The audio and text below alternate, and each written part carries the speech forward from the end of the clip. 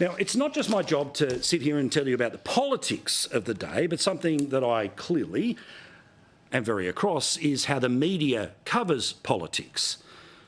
Now, this is in the modern terms referred to as media literacy, for you to understand what truly is going on behind the scenes. And it'll be pretty easy for people to turn around and say, oh, this media's biased and that media's biased. But tonight I want to show you how they spin the ball in one direction or the other.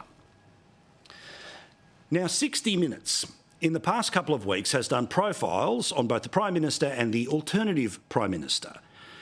But when you actually start to have a look at some of the techniques that were used, it's pretty obvious which one, either the reporter, the producer, the program, or even Channel 9, thinks should be the Prime Minister after this upcoming election.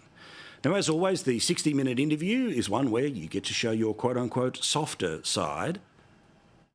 It is absolutely delightful to meet someone who you want to spend the rest of your life with. We're best friends.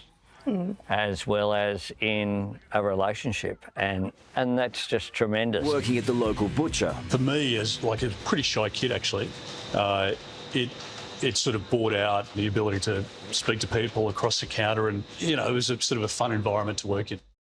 And that is about as long as you're going to hear from the leaders, because I want to focus on how the media spins the ball, about how they use all of the tricks in the trade to make someone look better and brighter and someone look, well, not as better and brighter.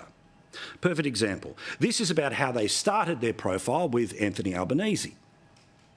Tonight it's the turn of Albo and his soon-to-be bride and possible secret weapon, Jodie Hayden. And this is how they start with Dutton.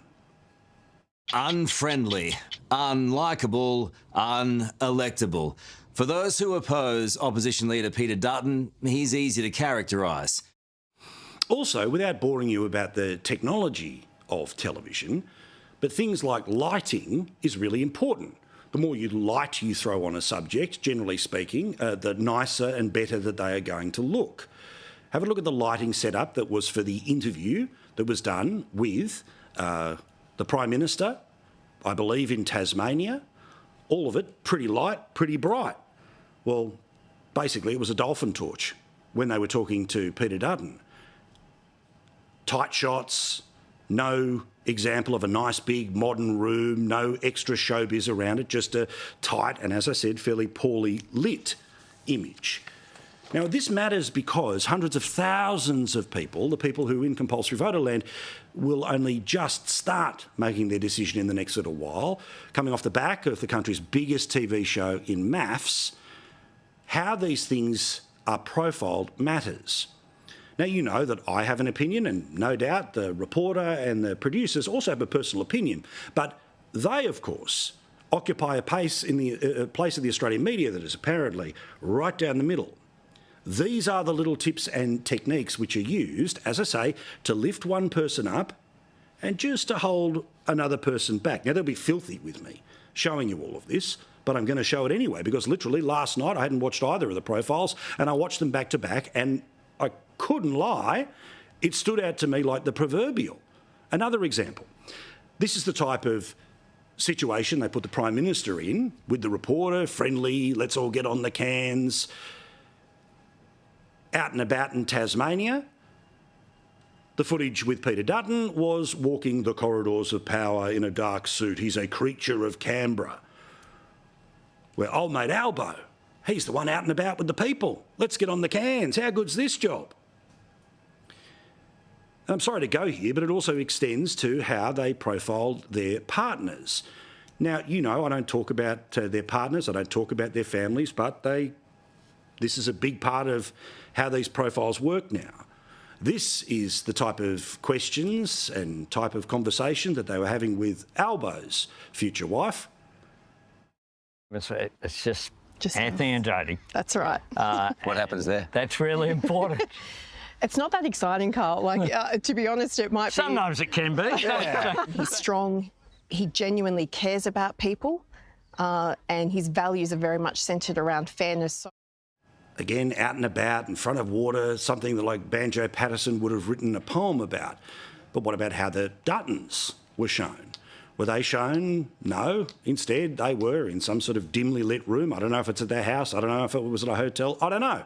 But they certainly weren't out and about with the whole beautiful Australian backdrop behind them. These are the little choices that are made. Now, whether these choices are made by the staff around them who help do deals with the TV stations, or whether the TV stations make these choices, you see how you're starting to get, slowly but surely, the non-verbal cues about who is more friendly, who is more open, who is more approachable, who is one of us, versus who is the person who's trying to be rammed down your throat as the person who is not one of them. Again, compare and contrast, as the superannuation ads say for unions. Compare the pair.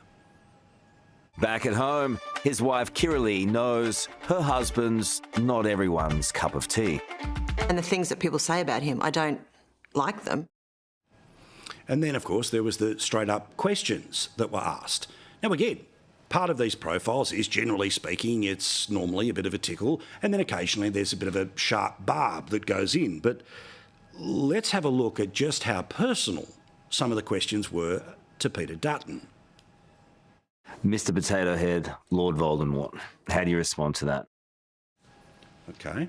And then there was this, of course, as the left is trying to pretend that Peter Dutton is the Aussie version of Donald Trump.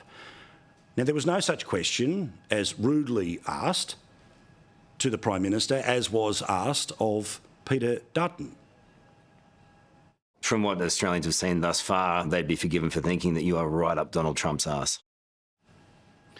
An opinion poll came out today telling us that Australians believe that Australia should have a good relationship with the United States. The same poll said that it was Peter Dutton who, by a margin of at least 10 points, was the better choice for the better handling of that important relationship between Australia and the United States. Yet that was the treatment on 60 Minutes. And then these moments, like this to Dutton. We don't know how much nuclear is going to cost. We don't know when it's going to be finalised. We don't know, when it's going to be online. Is it just a pipe dream?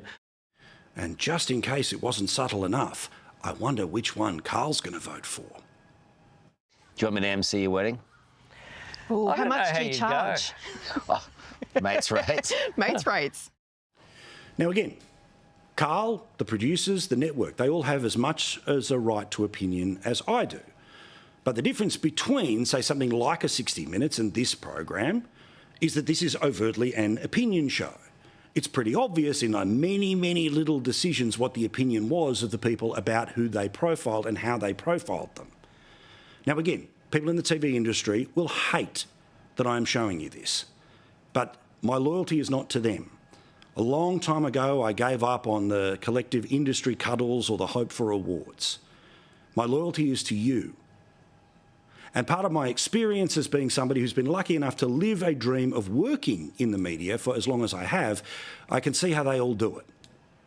Now, should they be able to ask the same question of the same leader? Well, no, that might be a little bit boring, but it's pretty obvious.